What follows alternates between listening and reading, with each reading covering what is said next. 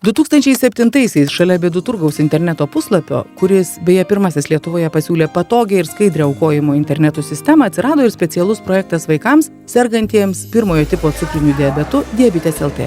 Ligoniukai registruojasi puslapyje, jei pageidauja gauti insulino pompą. Aparatėlį, kuris palengvina vaisto leidimą ir padeda geriau kontroliuoti ligą. Aparatėliai kainuoja brangiai nuo 6000 litų. Tokią sumą sergantiems vaikams ir kompensuoja ši programa.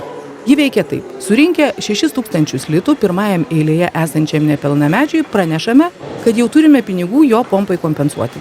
Ligoniukas mums pristato medikų rekomendacijas, atsigula į ligoninę, pasiruošia pompos pakabinimui, o fondas perveda kompensaciją už prietaisą ligonio pasirinktai kompanijai. Insulino pompas jau pavyko nupirkti 157 sergantiems vaikams. Esame labai dėkingi poniai Violetai Gureckienei, kuri pirmoji patikėjo mūsų idėją ir šiam projektui paaukojo 100 000 litų. Ji buvo pagerbta koncerte, kuriame užsieniečiai dainavo sykiu su Lietuvos žmonėmis. Tai irgi beje buvo atlikta pirmą sykį.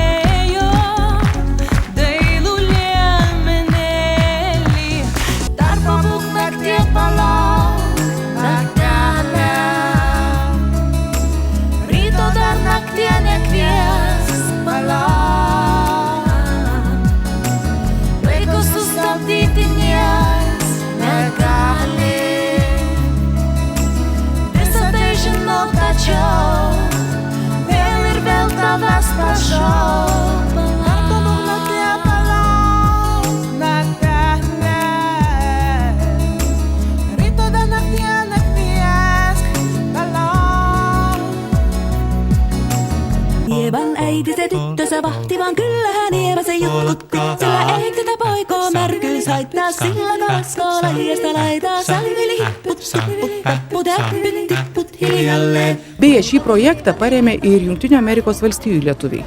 2008 metais ponios Austėjos Sruogienės kvietimu lankėmės Čikagoje, kur specialiai organizuotame renginyje tautiečiai Diabičių projektui surinko ir paaukojo $25 000. Iš viso šiam projektui surinkta virš 990 000 litų. Už visus juos nupirkta insulino pompų.